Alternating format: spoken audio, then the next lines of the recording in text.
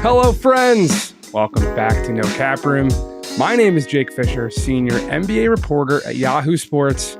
With me today, filling in for Dan Devine, who is on vacation. It is my man. It is everyone's man. It is the co-host of the No Dunks podcast on the Athletic Network, a guy that I have been following since the starters days on NBA TV, back when I was in college in a cinder block, small solo freshman dorm, dreaming about talking to guys like this through video cameras such as this. J.E. Skeets, what's up, buddy? How you doing? What's up, Jake? Man, you got to dream bigger if that's what you were dreaming about. Jesus. But yeah, excited to be here. No Dunks to the No Cap Room. Filling in for Dan. Those are big shoes to fill, but I'll give it my best. Is there any type of Yahoo homecoming that you're feeling right now? As you guys discussed last time, you filled in. You filled in for me last time. That's true. Yeah, that's right. I can never be on with the both of you. That's a rule. Yeah, a little bit maybe with the Olympics here starting too. I remember I guess it was like fourth medal place or something was the Olympic like blog back when I was doing Ball Don't Lie way back in the day for Yahoo Sports. So yeah, this is a little homecoming anytime I get a chance to talk with the Yahoo Sports team. There you go. Well, we thank Skeets again for being here. We thank you for listening to us on the Ball Don't Lie podcast. And before we dive deep into the Olympics men's basketball field that we definitely have J.E. here to discuss, let's get into 5 Out, where we tackle 5 stories from around the NBA, our opening segment here on No Cap Room. And the first item is about Canada. Well, about a Canadian, so we can kind of keep it in Skeets' wheelhouse here. Andrew Nembhard, Pacers guard, signed a 3-year, $59 million extension with Indiana. It was reported yesterday. We were able to confirm that that is a full guaranteed deal. No options. The Pacers are declining the 25-26 fourth year of Nembhard's rookie deal. So that way this kicks in earlier and he can get out. He can get more money in that fourth year of his career and get out into free agency earlier. Skeets, any first initial reaction to this from you? Feels like a win-win from both sides, in my opinion. I mean, I'm really excited to see Andrew Nembhard get this deal. You know, basically the $20 million there. I know it's going to tick up over the next couple of years, but as wild as it sounds, $20 million for a player of his caliber is not a whole lot as that cap increases. You know, it's going to be a very small percentage. So good work by the Pacers, who have locked up, it feels like, absolutely every young talent, every player of note on their team for the foreseeable future here. And then Andrew Nembhard, who was, I think, surprised a lot of people sort of through that playoff run into the conference finals for the Pacers. I think he averaged like 15 and 5 and really good shooting splits. He hit the 3 really well. So yeah, this is good work, I think, from the Pacers side of things. And I'm really excited for a player of, from Canada and Andrew Nembhard from Aurora, Ontario, of all places, to get a great deal. Excited for him.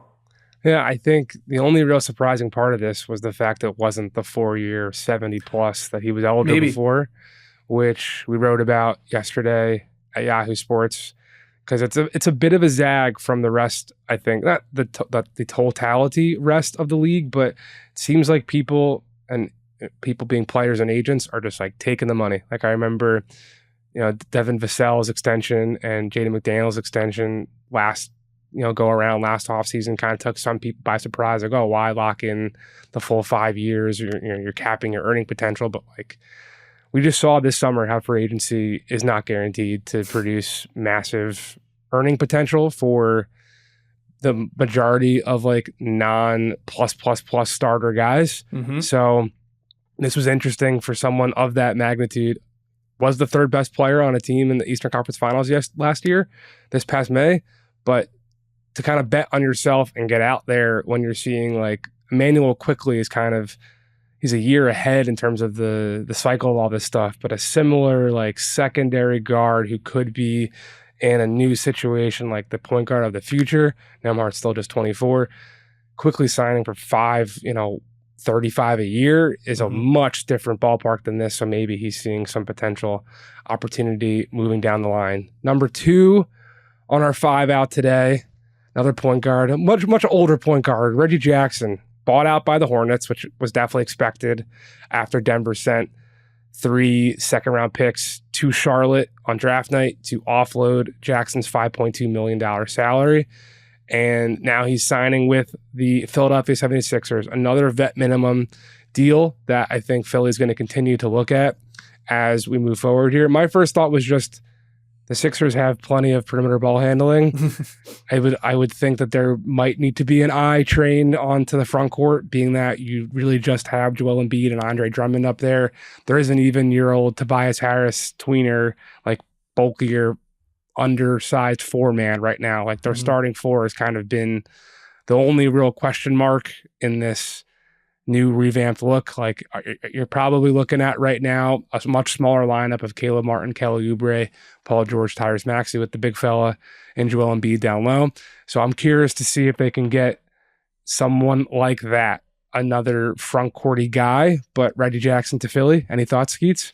Yeah, I mean, they've got a lot of guards now. I guess they're probably happy that Tyrese Maxey looks like a damn linebacker now, filling out that polo shirt the other day. So maybe he's getting bigger and bulking up. But yeah, you're bringing back Lowry. Now you got Reggie Jackson. I incorrectly the other day on No Dunk still thought Campaign was with Philadelphia, but he's now on the Knicks. He defected to New York after the greatest first-round playoff series of all time. That's right. So he is gone. I was like, when they did this Reggie Jackson news, that news broke during a live podcast with me and Trey, and I'm like, what? How many guards, small guards do they need? But yeah, Campaign gone. So there might be a small opportunity here for Reggie Jackson. You know, it's like the perfect, like sort of, he can play a little point guard, play a little two. He'll get some minutes, but you're not expecting a lot from Reggie Jackson. Like your season's going poorly if you're expecting a lot from Reggie Jackson. But as another, like you said, just super cheap vet minimum deal.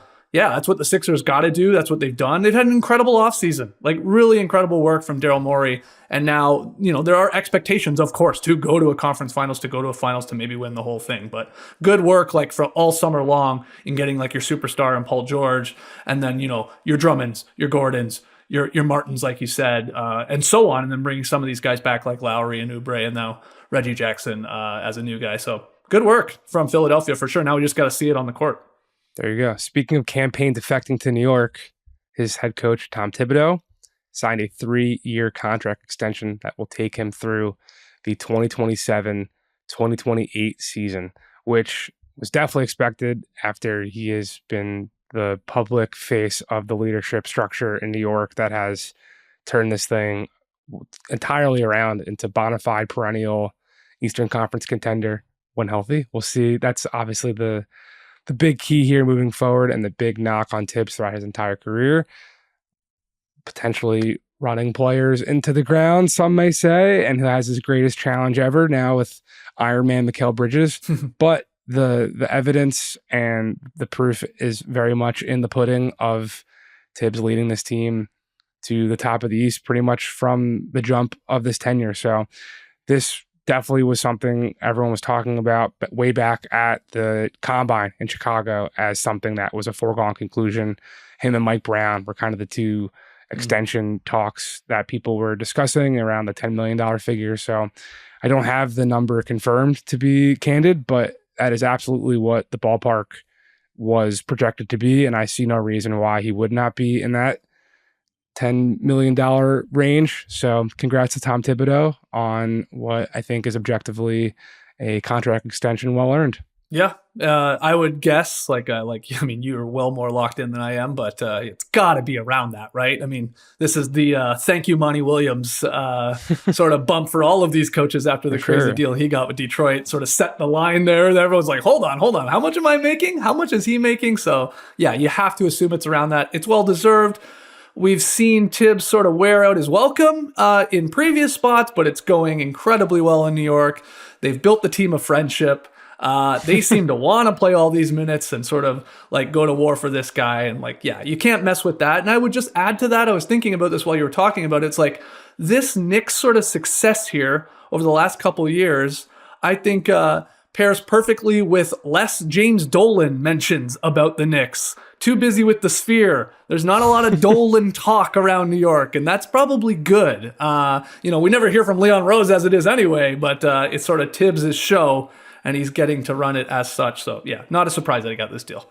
The Monty Williams thing you said, just before we move on to item 4 of our 5 out, there was some initial fear, let's say, among the coaching community once the Pistons season just fell off a cliff that Monty's deal could potentially have an adverse effect on the coaching market. Like, oh, this guy's proving that no man is worth that type of money to wear some type of matching polo on the sidelines. And it's been interesting. That's been the exact opposite. Like, it has totally just set the mark for what anyone who is worth their salt should be at least, remotely close to getting.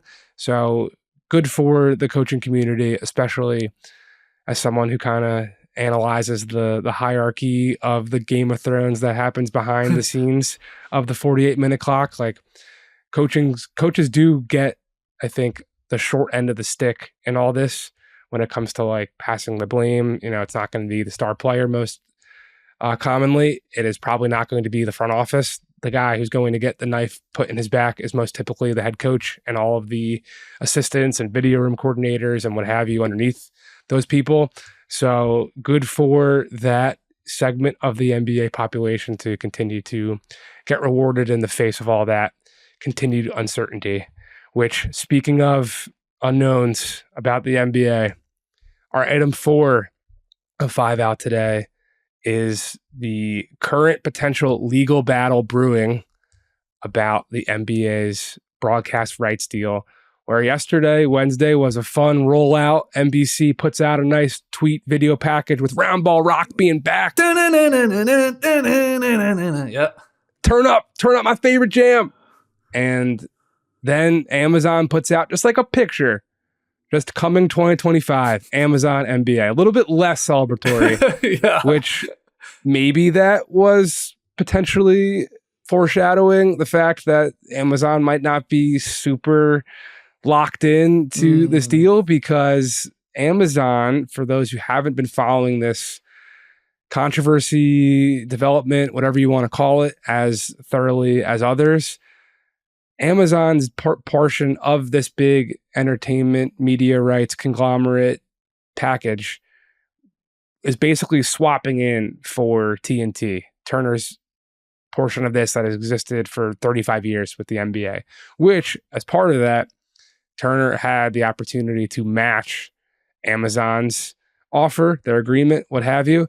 And they basically put out a statement, the parent company, Warner Brothers Discovery, saying that they think they did match Amazon's offer and that the NBA has, quote, grossly misinterpreted their contractual rights with respect to 25-26 season and beyond, and that they will take appropriate action. And we look forward, however, to another great season of NBA on TNT and Max, including our iconic Inside the NBA. So a lot of people, I think, are rightfully taking the, quote, we will take appropriate action and putting a parentheses bracketed legal in there, because this is super contractual mumbo jumbo. And that is when you call the people who wear the suits and have the calculators and the red pens, and they can parse through every line of the legalese and figure this stuff out. And when it comes to $1 billion and, generational highlight packages that you can claim as yours and sell to documentary companies later down the line when they put out some Michael Jordan 10-year or 10-part documentary series, that stuff really matters. So I don't think this will go over lightly. I will be candid further and say I don't have any more information than this. But it is interesting that this is now coming into the public after, flashback to about a week and a half ago, Adam Silver stepping to the podium in this back room underneath Thomas and Mack Center at Summer League, basically saying that this was done but not done, and there was this 6-day negotiating window that had started and blah, blah, blah. And the one form, like once they roll it out, like the league announced this, there was official NBA communications releases of press information about NBC, Amazon joining ESPN and Disney as part of this. And now we are seeing some pushback. So this could just be PR from TNT. We'll see. I think that's exactly what it is. There you go. Take it away. This is my take on this. We've been talking about this on No Dunks for a long time. I think we've been nailing it so far, and we called this that, yeah, you watch. TNT will say, hey, we've got the matching rights. We're matching that Amazon portion, that $1.9 billion deal of what they're taking in these TV rights, but it's all, I believe, sort of a, hey, guys, we're TNT Sports. We want to keep inside. We want to keep the NBA. It's not us potentially breaking it up. Look we're matching. We're saying we're matching. And it's the NBA turning around and basically saying, you know what? No thanks, we've got gum. We don't want you anymore, Turner. But then the blame then falls at the feet of sort of the NBA and Adam Silver of like, oh my God, how could you get rid of inside the NBA? I think that's what's going on here. Yeah, maybe it goes to the courts. Maybe there's some sort of settlement. I don't think this results in TNT, Warner Brothers Discovery, getting any NBA games. I think this is a done deal. It's ESPN and ABC under the Disney umbrella. It's NBC bringing back John Tesh and Round Ball Rock. And them really, if you look at it, they're the ones really taking on a lot of the significant sort of tentpole events and a lot of the marquee games that were on TNT. And then it's Amazon as the streamer in all of this, getting sort of that new aspect. And that's why the NBA, I'm sorry, they don't want Turner. Their cable television, that's a dying sort of, medium, I guess. The numbers continue to plummet in terms of people paying for that. They want broadcast television, that's obviously your NBC, and they want streaming. And so, I get TNT Sports, again, I think it's a bit of a PR move to save some face, saying, hey, we're matching. What do you mean? We can do this too. It's like, yeah, you have Max, but you do not have Amazon, and you don't have Amazon money in that streaming game. So we've also saw reports, I know, of slick move by Amazon. I think they said, we'll basically put up 3 years of money. We will just front load this deal. Here's your $6 billion to the NBA. Warner Brothers is financially in trouble right now. They're, deciding what they're doing with that company. They probably just don't have that cash to actually put that up. So I just think this is going to be dragged out, yes, but it's going to ultimately end with those three companies that the NBA has decided on the $77 billion deal. And there will be some sort of settlement, or this will just sort of fade away with Turner Sports. But it makes a final year of Inside even more awkward, where we're going to have Chuck and Shaq and Kenny and Ernie probably I don't know, mocking it being in the legal courts. Yeah. You think they're going to care? They're not going to care. So yeah, it makes it extra funny in a weird way. Yeah. You mentioned a couple things, the 2 points that I wanted to touch on. First, I don't want to cry for Shaq, Kenny, and Charles, because I think there's going to be a wealth of interest for them to continue being part of this broadcast deal. These guys also all make $15 million a year. So I think they're going to be okay. They'll be okay regardless. Also, the point about you made about NBC kind of being in the driver's seat here, when I got the press release from NBC Universal in the inbox yesterday, I don't think it was really clear until that moment to me that NBC is the NBA now. Yeah. ESPN's going to be part of it for sure. But the fine print here, NBC is going to have more NBA playoff games each season on average than any other NBA media partner. They're going to have All-Star Weekend. Mm-hmm. They're going to, coin this Monday night NBA where there's going to be some national stuff. They're going to have all the USA basketball, men's and women's games. Get used to NBC on NBA, or NBA on NBC, excuse me, being back as the flagship thing. The finals, it still seems, is in ESPN ABC's realm for a little while here. But for all the people who have maybe been complaining about certain coverages before the IST and the finals and halftime shows and all that type of stuff, that seems to be the real change here from what I think matters from an NBA. As much as we're expecting, based off of the early chatter, that the inside the NBA guys will still be around, right? So if you're an NBA diehard who looks at your national broadcast packages of the NBA as kind of one of your favorite TV shows, you're going to be spending a lot of time on NBC and a lot of time on Peacock, which, to go back to your streaming point, I think is a big thing that NBC currently has over the other. As much as Max is such a prestige television streaming thing, don't think people necessarily are going to Max for sports right now. Mm-mm. Peacock has this whole Olympic rollout that they're going to be using right before all this, and the show of the summer, Love Island USA, is just taking over the culture Peacock is showing their abilities to sink their tentacles into American watchers all around the map.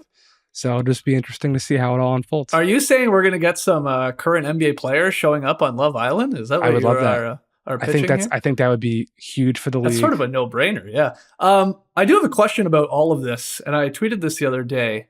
I don't know if you have any insight into it at all, Jake, but like, I haven't seen mentioned, and this is now months, obviously months of this reporting on this big potential deal and the new players in it.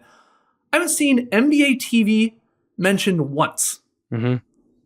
Now they are operated by TNT Sports. They're owned by the NBA, of course, but operated here in Atlanta. I mean, I worked at NBA.com. The starter. Yeah, right.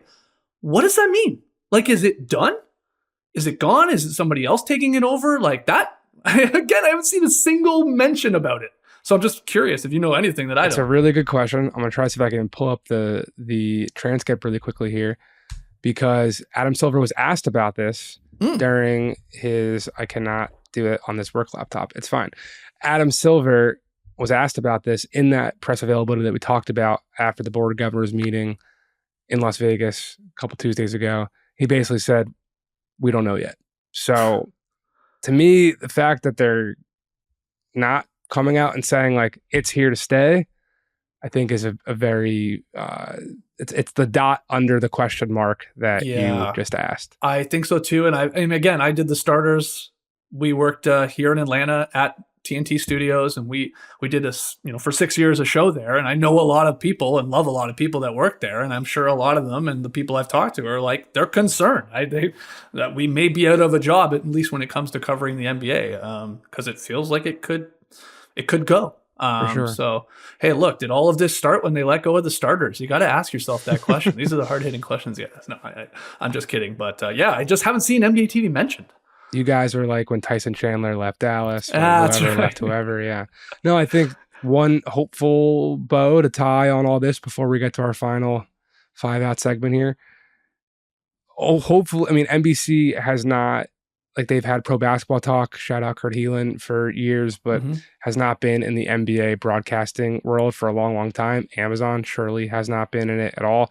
The general hope I have, and I think a lot of people do have, is that this will create more jobs across our industry. So let's hope that continues, or let's hope that comes to fruition and isn't just wishful thinking that is shared by a lot of us who make our living doing this. Yeah, for sure. And as sad as I would be to see Inside go, and it probably won't, like you said, I mean, if they want to continue it, someone will throw a bag at them and they can just do it somewhere else. But, as sad as I am, maybe to see that go. Yeah, all these new job opportunities, which means hopefully a bunch of new voices and new people to talk about the game and build the game and show their love for the game. Like, that could be a good thing. There will be some strikeouts, I'm sure, or people that don't hit as well for the public, but hopefully there'll be new stars made in all of these new opportunities on Amazon and NBC and so on. So yeah, that is exciting. I would think, as a basketball fan, it is, to me at least. There you go. So the final item, number 5, is the man we have not seen yet for Team USA, Kevin Durant. He is still on the Americans roster despite missing all the exhibition games with a calf injury.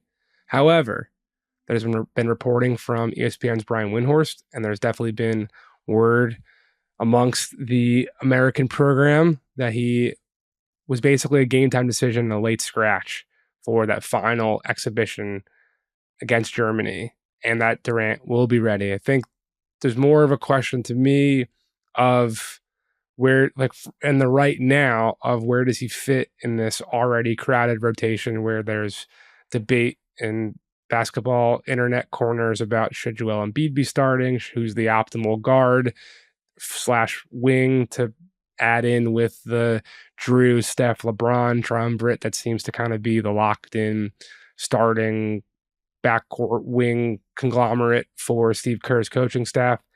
I just think it's for all these guys, for Kawhi, for Embiid, and Kawhi's obviously out of the picture, but because of this, for Kevin Durant to be dealing with a calf injury and trying to work, I think the word from Rich Kleiman, his agent and manager and everything guy, to Brian Windhorst was like, he's doing everything he can to get back. Like, should Suns fans be worried that, their 35-year-old who's basically carrying all of their title hopes on this very top-heavy roster, who had probably one of the most infamous calf injuries of all time that became an Achilles tear? I'm getting a little bit heebie-jeebied by it. I don't want to say too much about it and jinx anything, but any thoughts there? I mean, to answer your question, if I was a Suns fan, yeah, I would be a little unsettled about him really trying to get out there despite this calf injury. But you could say that about, of course, Embiid if you're a Sixers fan, and anyone really. If you're a Warriors fan, like, do you really want Curry playing in this? Yeah, it's cool he's playing his first Olympics, but like anything could go wrong. Knock on wood, nothing will. But look, KD's a hooper. The guy wants to obviously play for Team USA.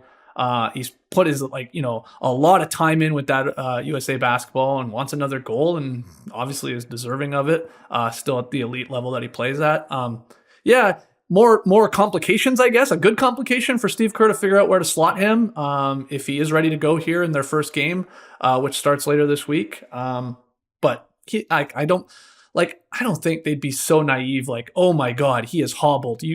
Kevin, you really should not be playing. Like, I gotta just think it's slow playing it, working it out. I mean, they did slow play it. He didn't play a single second in any of these exhibition games. Couldn't be playing it any slower. Yeah, right. Almost maybe too slow, maybe alarmingly slow. But yeah, I think we're all queasy about it because we saw it happen, obviously, against my Raptors in the 2019 finals where he's not playing. Oh my God, we need him. He comes back, and then, worst case scenario happens with the injury. Man, you really hope that doesn't happen again. The question is, do they even need him? The Warriors needed him in 19 to try and beat the Raptors. Does Team USA need Kevin Durant to win gold? I mean, that's a fair question. It's not a runaway with their current team. It didn't look like it in exhibition play, but maybe they just raise it to another level come the real games. Well, he was and this was 3 years ago now, but he was the definitive best player on the team that won gold at the 2020 Olympics in Tokyo. That, of course, took place in 2021 because of the COVID delay. And if people don't recall, he was the dude. Yeah. Like, the ball was going to him every crunch time possession. And that lineup, I don't think, had the same type of cachet when it comes to Steph and LeBron. And we've already seen through exhibition play. We talked about this on last week's episode of No Cap Room about the LeBron-Steph pick and roll being kind of the pet action. And then, lo and behold, the next two games, it was Steph screening for LeBron and not the other way around. And we just saw how much of a, mountain of a man LeBron can still be when he's driving downhill. So, yeah, how much will they need him is definitely a question that we will discuss after the break because, yeah, I am a bit concerned for Team USA. Not just for the shakiness that they showed during exhibition play, but for the fact that you've got teams like Canada and France and Germany and Serbia that have been doing this together for years. And there have been different iterations of all those teams, as we'll discuss after the break in detail. But this is a crowded field. This could go down as one of the greatest men's basketball competitions we've seen. Yeah. And USA is going to need to bring their A game no matter what. And the A game is going to be the most optimized version of a team basketball that they can figure out with this group, because that's what they're going to be going up against in their Group C opening matchups. And if they can't even get deeper into the tournament, which again, we will discuss right after this break here on No Cap Room, after we pay some bills. Stay with us. Welcome back to No Cap Room here on the Ball Don't Lie podcast, where if you've been watching on YouTube, you were seeing my NBA festival shirt because I have no allegiance to Skeets. I'm not a Raptors fan like you. I don't even have allegiances to Team USA. I was kind of rooting for Canada in the World Cup. It was the better story. So that's why I'm really intrigued. Like, my dad never really had an NBA team himself. He was like a North Jersey kid. He always was in love with Dr. J. So he was like kind of torn between the New York Nets and the New Jersey Nets. And then he went to Philly and didn't really know where to go before him and my mom settled in South Jersey, which, locked in the Philly-ness for myself. So he was always rooting for the underdog. And it is more interesting to see South Sudan come within a whisper of beating USA than USA mollywhopping the 33rd ranked team in FIBA. So the Americans are minus 650, the runaway favorites to win gold in France.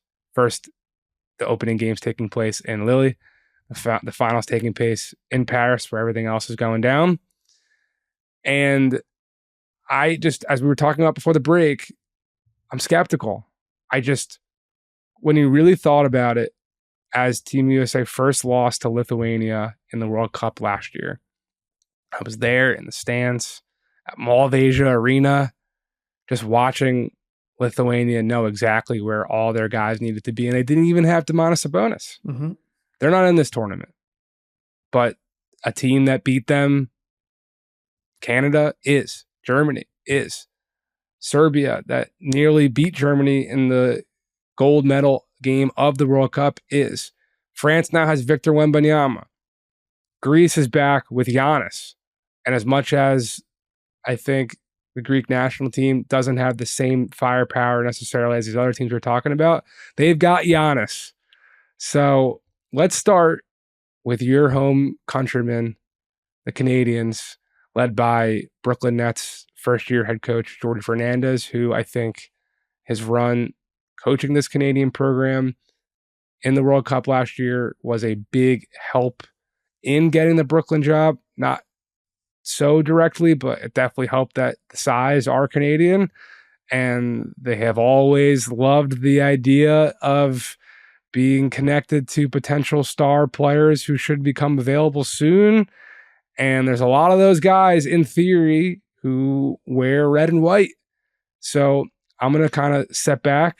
I'm going to give the ball to you on the perimeter and let you isolate here. I've got some thoughts and some questions I do want to make sure we tick if you don't get them off your first impression. Not to say this is a test, but I'm curious where you stand on the Canadians and their quest to medal for the second time in a FIBA event since 1936. Yeah, that's right. It has been a long time since they've actually got a medal at men's basketball in the Olympics. You're going back to 1936 here, guys. So it's a very long time, but they did get that bronze there in the last World Cup. It's tough. Like you already said it, Jake. This is by far the most talented men's Olympic tournament ever. I think it is. Like when you look at only being 12 teams, and yeah, maybe there's some teams with very little chance, but there's at least, when you include the States, of course, as the favorite, 5, maybe 6 teams that can make a compelling case to win a medal, if not the whole thing outright, because anything can happen in these single elimination sort of knockout rounds. Like once you get there, the game's only 40 minutes long. The variance in three-point shooting matters. We saw it in the South Sudan game. They had guys that could not miss from 3, where the States were struggling. That can make for a compelling game. And suddenly you're like, oh my God, we lost to who? We lost how? But that's just like where we are in the world with the amount of talent on a lot of these rosters in Canada.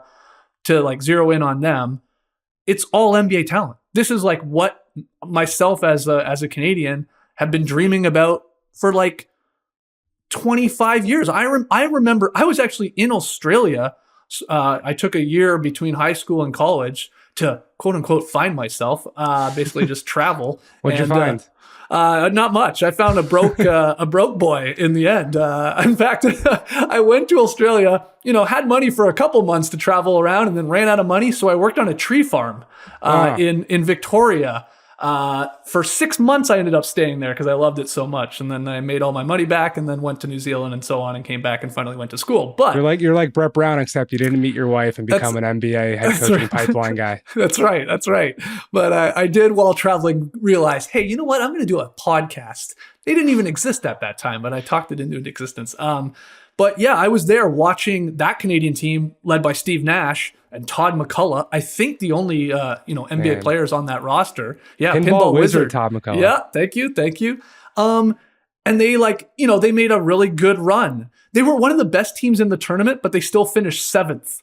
And it was like this weird thing. I say they're one of the better teams because they had like a really good point differential and did well, but it's a weird sort of tournament. You lose the wrong game, you're screwed, right? You're not winning gold. But anyway, I remember like, wow, like this is the start of something. Like we're going to be really good. We're going to be a player in a men's basketball around the world in coming years. And look, that just took a long time to get there. And, thank God for the Vince Carters and the Nashes to grow up all these Canadian fans that fell in love with basketball and started playing it and got really committed to it. And now we have a roster full of these guys led by Shea. Obviously, Jamal Murray is a big question mark with his health.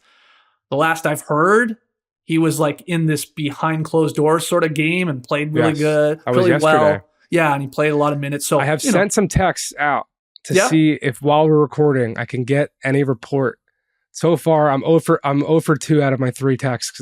People who I thought might know, but we'll see as we continue rambling here if I can get any info on how he looked. I hope we get a scoop here live on the show. But and then we just have a bunch of really strong perimeter guys. Dylan Brooks, he was amazing against Wembanyama in one of their exhibition games. Played him one-on-one.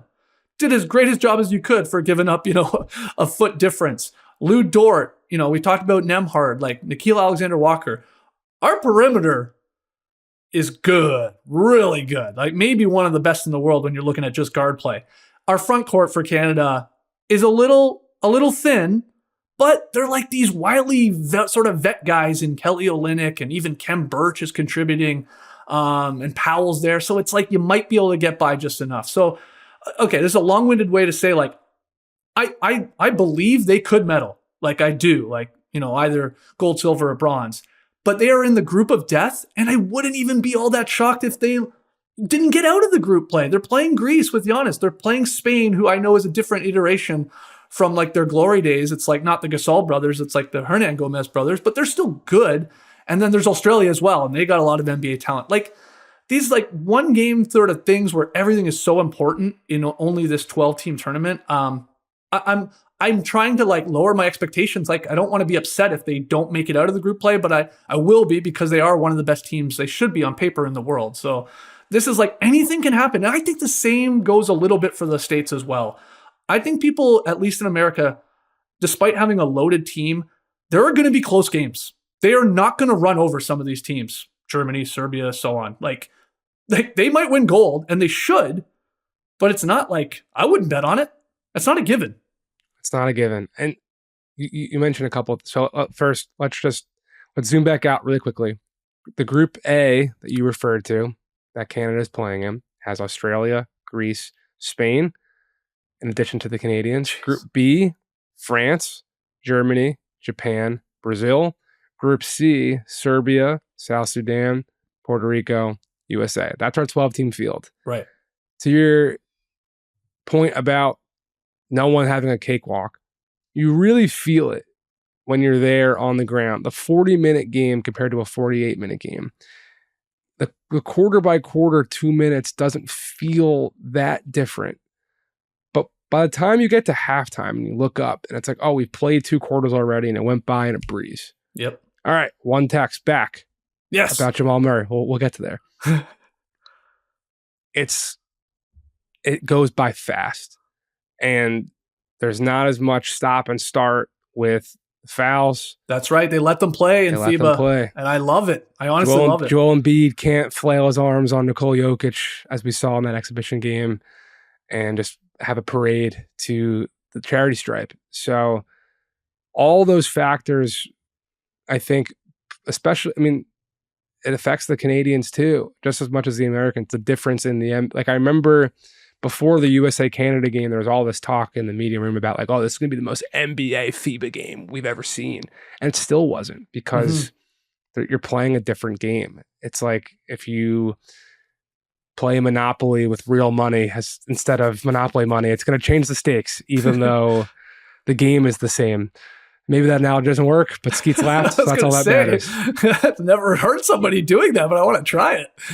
It'd be fun. Let's do it. You, me, Trey Kirby, Devine, we'll make it happen. But I think with Canada too, and Jamal Murray to me is he's the Kevin Durant of Canada in this instance, being that we saw a team, and Nembhard didn't play last year, and there was all this talk about like I remember Jordy being asked about this after they after they won the bronze medal, about like, there's a lot of the guys, from Andrew Wiggins to Jamal Murray, who have been part of this program in the past that weren't here now. Like, are they going to get to skip the line basically and come on board? And there was some questions about, that continuity factor and rewarding people who put in the time to help get Canada on the map like this. Jamal also, unlike KD, like, he comes into a position, to your point, Skeets, that is like loaded with talent. Yeah. I mean, he's not the best player at his own position on this team, with Shai Gilgeous-Alexander being, I remember when Canada finally got to Manila, I'm sure I've said this on the show before, and they squared up against Slovenia. Like, I wanted to see the Luka versus Shai matchup, and Shai, to me, was the best player on that floor. Flash forward to April, and Luka got him in a second round series that really did matter a little bit more. But Shai is the guy for the Canadian team, if there's any question about that.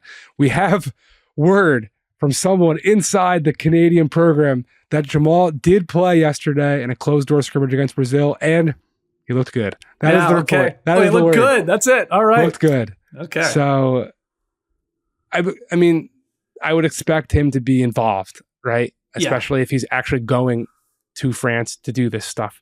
Versus last year, if fans recall, he was pulled out of the World Cup after some early stuff because of fatigue and load management after the finals run and what have you. But yeah, I think the guy you called out, Dylan Brooks, to me is the guy to keep an eye on here, because he will be tasked with guarding up and down opponents' rosters, especially when you consider the fact that their group has various different like top players. Like, he can guard Giddey. We'll get to that later with Australia. He can hold his own against Giannis. And there's not many players in the world who can do that. And he's going to do that with even more of a snarl than what he does in the NBA, because he's got more to play for. I think there's more pride. The Canadians, you can speak to the Skeets, seem to have a bit of like an underdog chip on our shoulder. We're the younger brother of the Americans. Like, we're punching up type of mentality in this FIBA play. That seems a little bit more important. Like, how I remember there are a lot of guys, this is such a stretch, but there are a lot of guys back in my youth AAU days who just, when I saw them play for their high school compared to when I saw them play in the AAU circuit, just had like a different snarl to them, to use that word. So Dylan Brooks is the guy that I definitely want to keep an eye on here. Oh, Dylan Brooks. And there are just some guys, if you don't watch a lot of international hoops, for whatever reason, there are like some just FIBA stars, guys that are in the NBA that are good, fine players, but then you get them in a FIBA setting and they look like some of the best players in the world. Bogdanovic for Serbia. FIBA bogey is a real thing. Patty Mills we've seen before for Australia. FIBA Patty is a real thing. We're going to get to Patty Mills. Yeah, and I think FIBA Dylan Brooks is a real thing. He, like, not just defensively, he has been incredible at hitting threes. I mean, obviously last World Cup, he was on fire in that game. Kisses to the crowd. Against the States, and we've seen a couple good games in exhibition. Like, he's just a really, really incredible player in FIBA setting. And I think a part of it is like they let them play a lot more physical. That's someone like Dylan Brooks can take advantage of that. Like, he loves that. He wants to play like a rugby game, and they let them play a lot more. So he can sort of get away with that. So yeah, I'm excited. I'm so excited for this Olympics in general, but especially this tournament. So you would say minus 650. Canada comes in next at plus 1,000. Our third favorite, I guess, if you will, is France at plus 140. I think a lot of this is just because there's a 7'4" guy named Victor Wembanyama on the team, because France miserably flopped out of the World Cup a year ago without him. And that was just, I mean, he had a whole long sprint with Metros 92, and he got drafted, and the Spurs immediately put the player development, load management clamps on everything. And I think he was kind of exhausted as well. But he's in. He's throwing off the backboard, through the legs, warm-up dunks before these exhibition games. Evan Fournier's got a lot to prove. Rudy Gobert off another defensive player of the year. But then this team has a bunch of other guys. Like, those are the headliners. They've got a bunch of other guys with real NBA pedigree. I mean, Nick Batum had a long list of suitors in free agency this year after he was considered like potential retiree. You know, he could have gone back to Philly. He ends up going to the Clippers. He had Spurs interest. He had Warriors interest. And now he's going to be a real key critical piece on this French national team. Frank Ntilikina, former Knicks guard, Frankie Smokes. He's been putting up some strong two-way performances for France in these exhibition games. Gershon Yabusele, former Celtic, has found some type of shooting stroke that I think eluded him in his NBA career. That was probably the biggest swing piece. I mean, Bilal Coulibaly, who was Victor's teammate in Metros 92, and I think really opened some eyes when they came stateside to square off against G League Ignite in that Scoot Henderson, Victor Wembanyama clash. Obviously became the number 8 pick in the draft, or number 8, number 7. I forget. Yeah, I thought it was Pacers, 8, but yeah. Pacers 7. Yeah, it was Jarris Walker, and he was the 7th pick. They forced the trade up. Right. But he is the only real entrenched, like, crown jewel prospect of the Wizards build right now, and for good reason. You're going to see more and more strides, I think, from him flying out of the corner of your screen to do a vicious putback dunk. I don't know how much, like, with Denny Avdia, a former Wizards teammate who's obviously now in Portland, when he would play for Israel in the Eurobasket stuff, like, you got to see some of him, working on perimeter ball handling, pick and roll type. I don't think we're going to see that from Bilal, right? But I think you'll see more of, like, a real role in what he can do in that type of environment compared to the Wizards. Obviously weren't playing very high stakes games a year ago, and they're not going to be this year either. So it's a real opportunity for him to compete. The French team has studs, and I will be very curious to see what Vincent Collier, the head coach there, can do with that team, who was Victor's coach in his final year before joining the Spurs as well. So there's a lot of familiarity, and Cleveland Cavaliers new head coach Kenny Atkinson, an assistant on that staff too. No. So there's plenty of NBA pedigree in this program, and they are the home team. Maybe that's part of the cooking. Did you say they were third best odds to win gold? Third best odds. That's kind of what I'm getting at here. Maybe this is a little bit of a home cooking, though. There's home cooking. First off, they did not look well. I mean, you can take it with a grain of salt, but they did not play well in exhibition. No, I mean, Canada sort of handedly took care of them. They had a couple other losses. Their big issue for France is their guard play. Like, those guys are just getting up there in age. Fournier, Nando De Colo is quite old. He's sort of one of their lead ball handlers. They're really good at the big position. If you took Canada's guards and France's bigs and put them together, that would probably be your team favored to win gold against America even. But I just think their backcourt, older, little limited. I would pick France, like, probably if I was ranking these teams in terms of odds to win the whole thing. Yeah, they're at home, but I would have them behind Germany. I would have them behind Serbia. Agreed. I mean, I'd start even, like, wondering, even still with Greece, but yeah, I get why they're there with being in Paris, but I think they're going to be ripe for a bit of an early, let's call it early sort of knockout there when they get to the knockout rounds. That would be my prediction right now, because they're sort of in the easiest group, I think, too, overall. I don't think that'll be an issue getting out, but I think once you get to the knockout play, they're going to be taking on one of the quote-unquote worst teams from one of those other groups, and that could spell disaster for them. Maybe I'm wrong, but I wouldn't have them that high. Well, let me ask you this. Why are you more bullish on Serbia? Let's shift to them, who are coming in at 4th here in the betting odds at plus 1,600. I love that. I mean, this was a team, like you already said it, you went over it, like they battled Germany in the last World Cup, and that was without Jokic. I mean, you're adding the best player in the world to an already sound team. They're extremely well coached. They did not tip their hand against Team USA in the lead-up game. They were on a back-to-back. Yeah, like they were like, okay, we're not playing Bogdanovic, Militonov, we're not playing him. Like, they sack guys, and like they know who they are. They're not worried against anyone. I just have more faith in them, sort of as a sort of how their organization has been run to go far in this, and I would have them ahead of France. And a big part is, like, come on, we are talking Jokic here in a 40-minute game where you can almost play him the whole damn thing.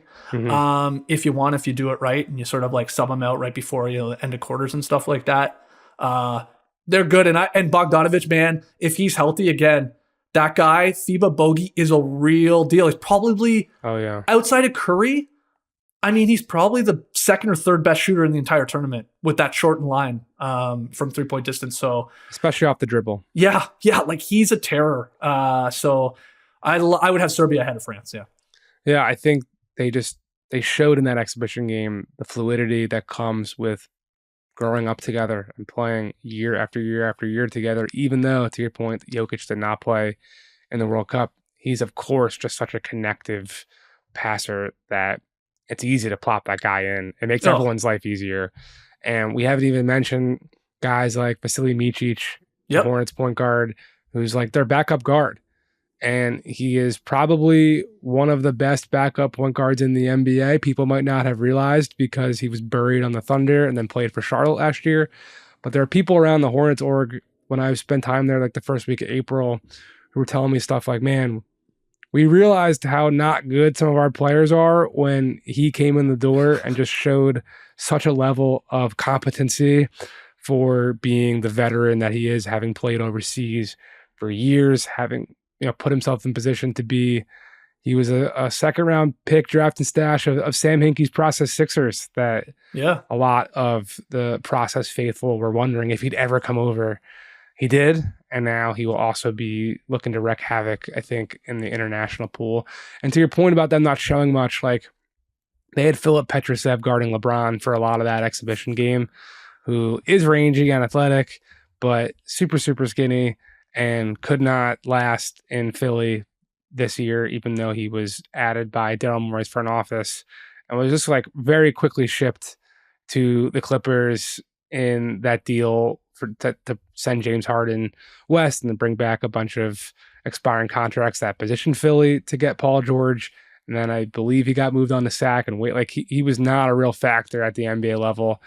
And they were guarding LeBron with him. And that's not to besmirch Filip Petrusev. That's to say, I agree with you that I don't think they showed their strongest punch against the Americans in that exhibition. They play America first, if I have that correct. Like that's the first Sunday game for Team USA versus Serbia. Like these could be like, they should maybe be the two teams in the finals. So like that is the first test for both of them. And there's no doubt off the back-to-back situation that Serbia was in there in that exhibition schedule, they were like, yeah, okay. Like, I couldn't believe they actually played Jokic as much as they did. I think he played like 30 straight minutes in that game until they started to wave the white flag. So maybe that was more of a conditioning thing or whatever. But that's going to be a huge first game. Remember, in the last Olympics, America lost their first game.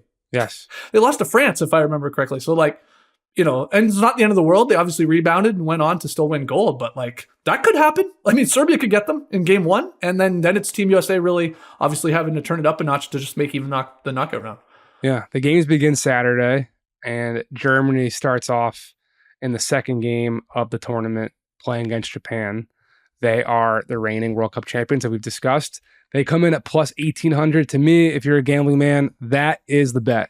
It's a good bet. They are as deep as anyone. They felt like they had unfinished business being up in the bronze medal game in Euros in 2022 and fumbled like an 8-point lead. They came back. They finished their business. Dennis Schroeder, most outstanding player in the tournament, and they climbed the mountaintop, and they were like, we're not done. I sat down with the Wagner brothers at one point early last season to kind of do like a joint profile on them living together and their relationship and being teammates. And those dudes were still buzzing about what they're building with the German national team. And they've got a ton of NBA talent from, Daniel Tice, who is now probably going to be the starting center for the New Orleans Pelicans this year.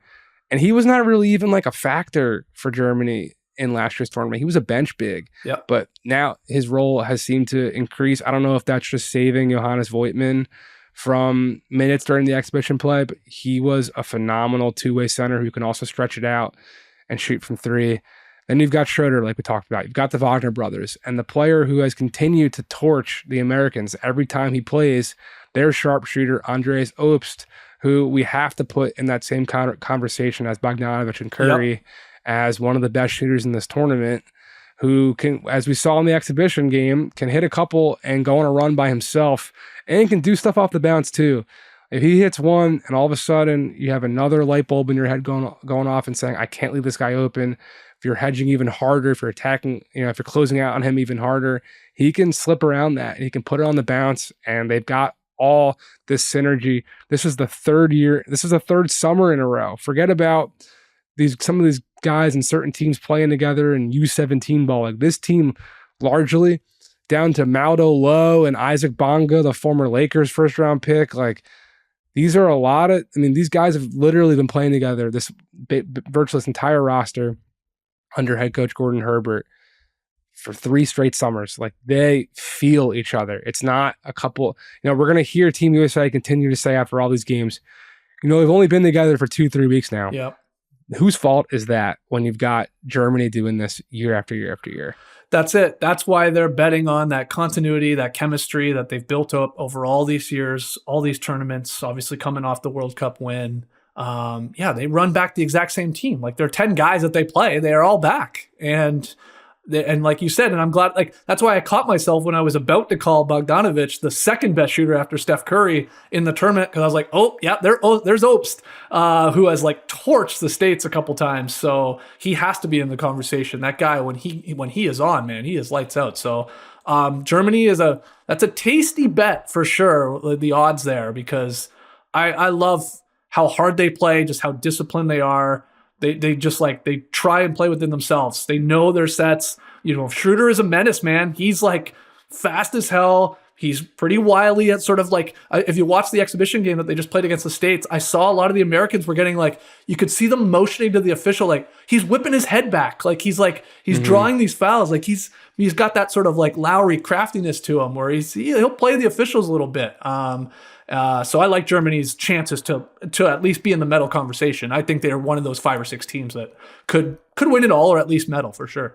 You really saw in that exhibition Schroeder just knowing the exact timing of each roll man and how to freeze the defense and kind of just snap a no look when he needed to. It's going to be interesting to watch. Let's just move through Greece quickly because it's Giannis and the Giannisettes for sure. But I want to shout out Papagiannis, Georgia's Papagiannis, who was a shocking lottery pick for the Kings years ago, who last year at the World Cup, without Giannis actually really showed some things, and he had some really strong pick and roll chemistry with Thomas Walkup. They've got Nikolaithis back now as well. Another body for Greece to potentially go up against a lot of bodies. When you talk about France, talk about Germany coming out of potentially Group B, those are the 2 favorites there. Serbia and USA coming out of Group C. It could be something that gives Canada some trouble. Yeah, as you were talking about. That's the one earlier. I've got circled as a Canadian fan. I feel like this is a must-win game against the Greeks. Who knows against Australia? Who knows against Spain? Those are not given wins by any means. But this one I think is huge. That Canada-Greece game, to me, the winner of that will be one of the teams coming out. Yeah. Last team to talk about before we get out of here and let Skeets go back to his offseason. Team Australia, the Boomers, plus 3,300. And I think it's for good reason. Because I shared a couple pints with some Australian boosters, let's say, back in Manila. And I talked to some Australian folks on the concourse at Thomas and Mack Center. And while there's great respect for Patty Mills, who was an absolute flamethrower to help Australia medal the last time this team reached the Olympics in 2021. There's definitely if we're talking about the Americans having this kind of old versus new guard right now, we're this is the last hurrah of LeBron and Steph. And is it maybe a bit concerning that there aren't, so many young Americans to just rip the torch from those guys? Patty Mills was playing an outsized role for the Australians in the World Cup, a role that he was clearly capable of doing in Tokyo, did not seem capable of doing in Manila, and he's kind of faded from real rotation minutes in the NBA since then as well. This is a team that I think a lot of people around the program believe needs to shift more into the image of this is a Josh Giddey spread pick and roll situation, especially being that Giddey himself is not the best, shooter off the dribble and what have you, but it's very interesting. It'll be very interesting to see how that dynamic unfolds, because I think from anyone who was observing it to people actually involved, that kind of who has the keys to this team is one of the bigger subplots, I think, of the World Cup for one of these not favorites to become potentially a real player here, because they've got young dudes alongside Giddey with Josh Green, who just played finals minutes, and Dyson Daniels, who the Hawks got back in the DeJounte Murray trade, and Atlanta really feels could be like the optimal backcourt, bigger guard who can shoot and do some other things, partner for Trae Young that Murray was not. Like, here's a real audition to do that next to Giddey. You know what I'm saying?